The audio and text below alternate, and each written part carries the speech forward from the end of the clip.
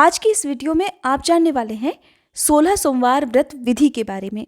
व्रत पहली बार कब से प्रारंभ करना चाहिए, कैसे इन व्रतों को रखा जाता है, 16 सोमवार के व्रत में क्या खाना चाहिए, क्या नहीं खाना चाहिए। इन सब बातों के अलावा आप जानेंगे भगवान शिव जी की पूजा के कुछ जरूरी नियम, जैसे कि भगवान शिव की पूजा में उन्हें क्या क्या अर्पित किया जाता है और कौन सी चीज़ें भूले से भी अर्पित नहीं की जाती हैं। उद्यापन कब करना चाहिए और 16 सोमवार व्रत से क्या फल प्राप्त होता है। यदि आप 16 सोमवार व्रत रखते हैं तो ये बहुत सारी बातें ऐसी हैं जो आपके लिए जानना जरूरी है। सोमवार का दिन भगवान शिव को समर्पित होता है। वैसे तो आप भगवान शिव की पूजा कभी भी कर सकते हैं, लेकिन एक ऐसा खास मुहूर्त भगवान शिव की पूजा के लिए होता है जब मान्यता है कि उस समय भगवान शिव बहुत ही प्रसन्न मुद्रा में होते हैं, और वो समय होता है प्रदोष काल का। चाहे वो सोमवार व्रत हो, प्रदोष व्रत हो, चतुर्दशी का व्रत हो, महाशिवरात्रि का व्रत हो, भगवान शिव से जुड़े जो भी व्रत हैं उसमें आपको प्रदोष काल के समय का ध्यान जरूर रखना है। प्रदोष काल सूर्यास्त से 45 मिनट पहले और 45 मिनट बाद का समय होता है। यदि आपकी कोई भी खास मनोकामना है, आपकी कोई भी इच्छा है, तो आप उसकी पूर्ति के लिए इस समय में पूजा करना, इस समय में किसी खास मंत्र का जाप करना बिल्कुल मत भूलिएगा।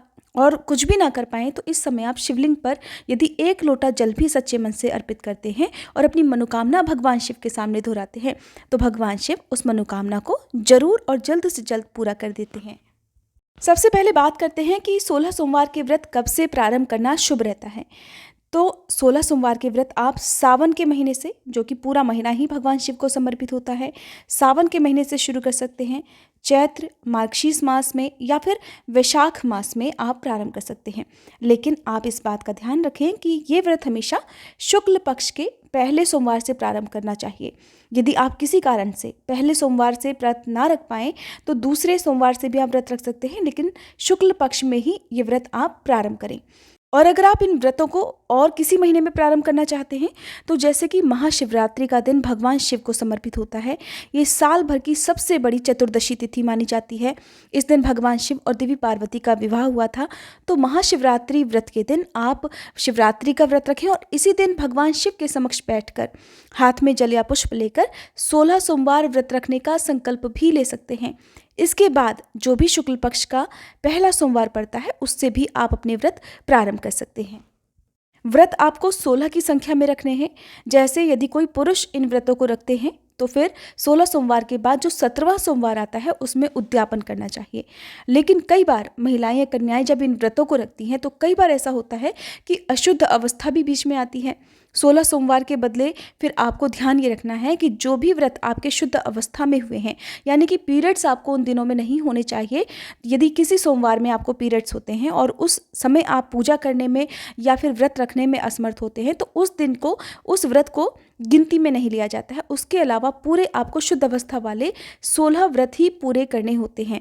चाहे वो आपको 2-3 व्रत और एक्स्ट्रा रखने पड़ जाएं, उसके बाद जो भी अगला सोमवार आएगा उसमें आपको विधि विधान से उद्यापन जरूर करना चाहिए। हमेशा संकल्प लेकर पहली बार कोई भी व्रत प्रारंभ करें और उसके बाद उद्यापन करने का संकल्प भी आप लें, और फिर उद्यापन भी आपको निश्चित संख्या पूरी होने के बाद जरूर करना चाहिए। कई बार हम संकल्प लेकर उद्यापन करना भूल जाते हैं या हम किसी कारण से टाल जाते हैं तो कहते हैं कि उससे भी किए गए सभी व्रतों का पुण्य नष्ट हो जाता है। भगवान भोलेनाथ बहुत दयालु हैं। जहाँ एक और वो अपने भक्तों पर बहुत जल्दी प्रसन्न हो जाते हैं तो वहीं उनकी गलतियों पर या उनके द्वारा किए गए कुछ भी उल्टे सीधे कामों पर उन्हें सजा भी जरूर देते हैं। तो आप कोई भी ऐसा काम ना करें। कोई मजबूरी यदि आपके सामने है कि आप निश्चित समय पर उद्यापन करने में समर्थ नहीं है तो उस दिन के लिए आप क्षमा प्रार्थना जरूर करें, और उसके बाद जैसे भी संभव हो, जितनी भी आपकी सामर्थ्य हो उसी के अनुसार आपको उद्यापन करना चाहिए। बहुत ज़्यादा नियम आपको सोमवार के व्रत में नहीं रखने होते हैं। अगर आपका बजट नहीं है तो आप केवल मंदिर में जाकर शिवलिंग पर प्रसाद अर्पित कर दें उद्यापन वाले दिन, और यदि हो सके तो गरीब लोगों को, चाहे किसी एक ही व्यक्ति को आप दूध दही या घी का, या ये भी नहीं हो तो भरपेट भोजन कराने का आप जो है मन में धारणा कर लीजिए, मन में ये वचन ले लीजिए, और उसके बाद उन्हें भोजन आदि कराकर भी आप उद्यापन कर सकते हैं, लेकिन उद्यापन जरूर करना चाहिए। अब सबसे जरूरी बात आती है कि 16 सोमवार के व्रत में क्या खाना चाहिए और क्या नहीं खाना चाहिए। देखिए, वैसे तो बहुत सारे व्रत ऐसे ही होते हैं जिनमें नमक का पूरी तरह से त्याग किया जाता है, और 16 सोमवार के व्रत भी इन्हीं में से एक होते हैं। कई बार ऐसा होता है कि लोगों की बहुत इच्छा होती है कि हम भी इन व्रतों को रखें, हमारी कोई खास मनोकामना है, उसकी पूर्ति के लिए हम व्रत तो रखना चाहते हैं, लेकिन किसी कारण से नमक का सेवन हमारे लिए बहुत ज़रूरी हो जाता है। तब आपको एक बात का ध्यान रखना है कि जो भी आपका पहला व्रत पड़ेगा, जिस दिन आप संकल्प लेंगे कि आप आज से 16 सोमवार के व्रत रखने जा रहे हैं, तो आप इन व्रतों को किस प्रकार से रखना चाहते हैं, फलाहार करके, मीठे जो भी भोजन है उसे ग्रहण करके, या फिर नमक का सेवन करके। और फिर आपको हर व्रत में उस नियम का पालन ही करना चाहिए। यदि आपने केवल मीठा खाने का ही संकल्प लिया है, फिर बीच में आप नमक का सेवन करने लगते हैं किसी भी व्रत में, तो ये भी गलत होता है। तो यदि आपको बहुत ज़्यादा ज़रूरी हो तो केवल आप सेंधा नमक का सेवन उसी समय कर सकते हैं जब आपके लिए बहुत ज़्यादा मजबूरी हो। मीठे भोजन से आपको परहेज बताया गया हो। और पूरी कोशिश करें कि आप इन व्रतों में केवल फल या फिर ड्राई फ्रूट्स या दूध, दही आदि का सेवन करें। अब बात करते हैं 16 सोमवार व्रत से जुड़े हुए 16 जरूरी नियमों के बारे में।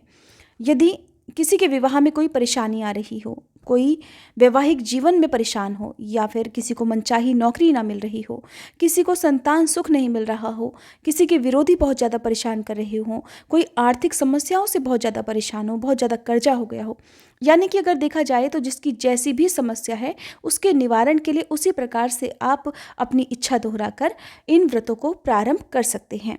सोमवार के व्रत में भगवान शिव सहित पूरे शिव परिवार की पूजा की जाती है और शिवलिंग का पूजन जरूर करना चाहिए। ये बात अलग है कि आसपास शिव मंदिर ना हो, शिवलिंग ना मिल पाए, तो उस स्थिति में भी पूरी कोशिश करें कि आप पार्थिव शिवलिंग बनाकर घर पर पूजन कर सकते हैं। बहुत से लोग अपने घरों में शिवलिंग नहीं रखते हैं क्योंकि शिवलिंग की पूजा के बहुत ज़्यादा जरूरी नियम होते हैं, तो इसलिए अधिकतर लोग नहीं रखते होंगे। तो ऐसे में आप ये काम कर सकते हैं कि सोमवार व्रत के दिन सुबह जल्दी उठकर स्नान आदि से निवृत्त होकर अपने ही घर के किसी गमले में या जहाँ पर भी साफ मिट्टी हो उसे लाएं, उसे छान लें और उसे गंगा जल से फिर शिवलिंग बनाकर उसका आप पूजन कर सकते हैं। उसी शिवलिंग का आप अभिषेक कर सकते हैं दूध, दही, जल, घी से या शहद से अभिषेक करने के बाद याद रखें कि अगर आप जल के अलावा किसी भी वस्तु से, किसी भी अन्य द्रव्य से अभिषेक करते हैं तो उसके सबसे अंत में आपको एक बार जल से स्नान कराना, अभिषेक कराना अनिवार्य होता है। कभी भी दूध, दही और घी या फिर फलों के रस के बाद शिवलिंग को ऐसे ही नहीं छोड़ा जाता है, एक बार जल से अभिषेक जरूर कराएं। शिवलिंग पर हल्दी अर्पित नहीं की जाती है और इसके अलावा आपको खास बात का ध्यान रखना है कि शिवलिंग की पूरी परिक्रमा भी नहीं की जाती है।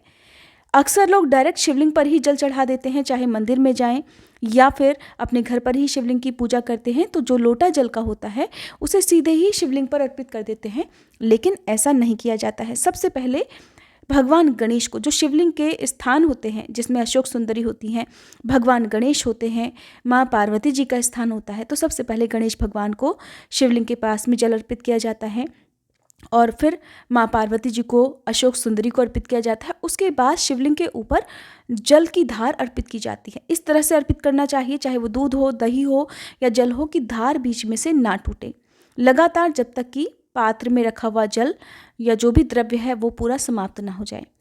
तांबे के लोटे में भूल कर भी दूध, दही या दूध से बनी हुई किसी भी वस्तु को आप शिवलिंग पर ना अर्पित करें। अक्सर लोग जानकारी के अभाव में तांबे के लोटे में ही या तांबे का जो भी पात्र होता है उसमें ही पंचामृत भी बना लेते हैं, लेकिन ऐसा भी नहीं करना है। दूध को कभी भी तांबे के बर्तन में नहीं रखा जाता है, ऐसा करने पर वो विष के समान हो जाता है और अनजाने में ही हम शिवलिंग पर दूध के बजाय विष अर्पित कर रहे होते हैं। व्रत वाले दिन कभी भी देर तक नहीं सोना चाहिए। एक दिन पहले मन में धारणा करके सोना चाहिए कि आप अगले दिन व्रत रखेंगे और फिर उसके बाद व्रत वाले दिन सुबह सूर्योदय से पहले उठकर घर की साफ सफाई करके स्नान आदि से निवृत्त हो जाएं, सूर्य देवता को जल अर्पित करें और अपने घर के मंदिर में, घर में गंगा जल छिड़के घर के मुख्य द्वार को पानी से साफ करें। आप इस पूजा को चाहे तो घर पर भी कर सकते हैं या आसपास के शिव मंदिर में भी कर सकते हैं। सबसे पहले विघ्नहर्ता गणेश भगवान की पूजा की जाती है।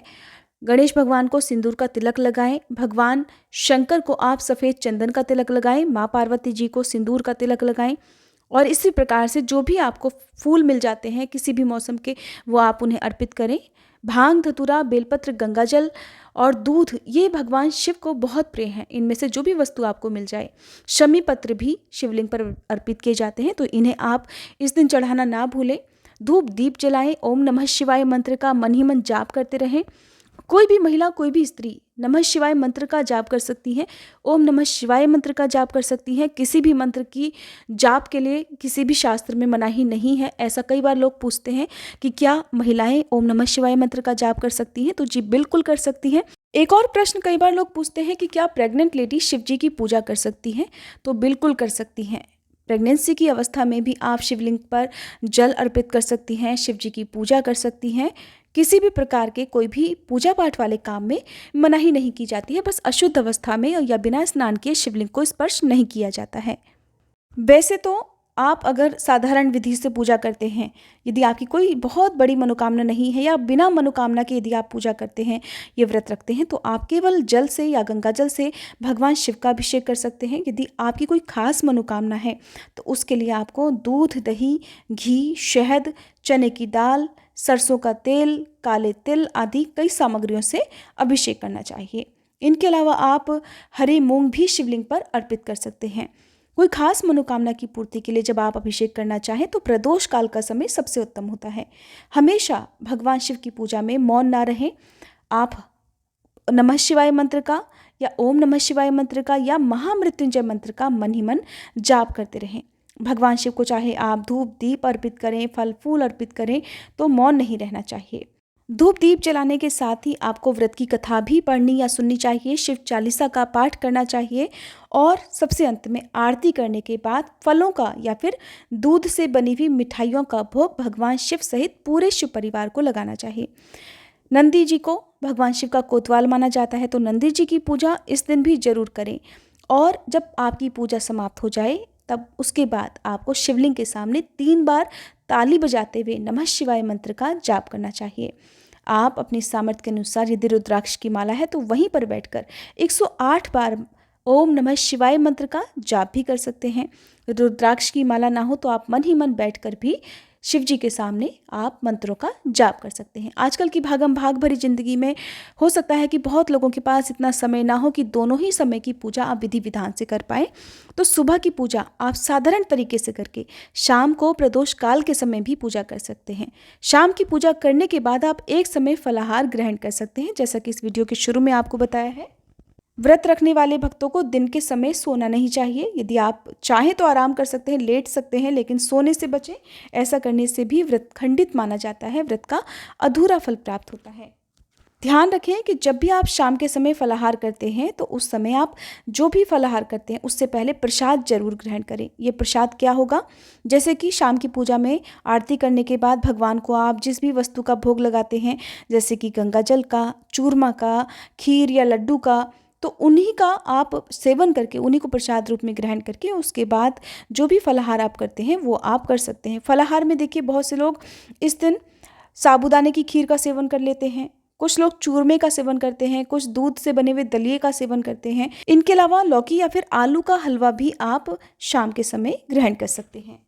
जहाँ तक हो सके सुबह और शाम की पूजा का एक समय निश्चित जरूर रखें। हर व्रत में उस समय का ध्यान रखें और जो भी भोग आपने भगवान को अर्पित किया है, जो भी फलाहार आपने पहले व्रत में ग्रहण किया है, कोशिश करें कि हर व्रत में आप उसी फलाहार को ग्रहण करें। बीच बीच में नियम नहीं बदलना चाहिए, उसे खंडित ना होने दें।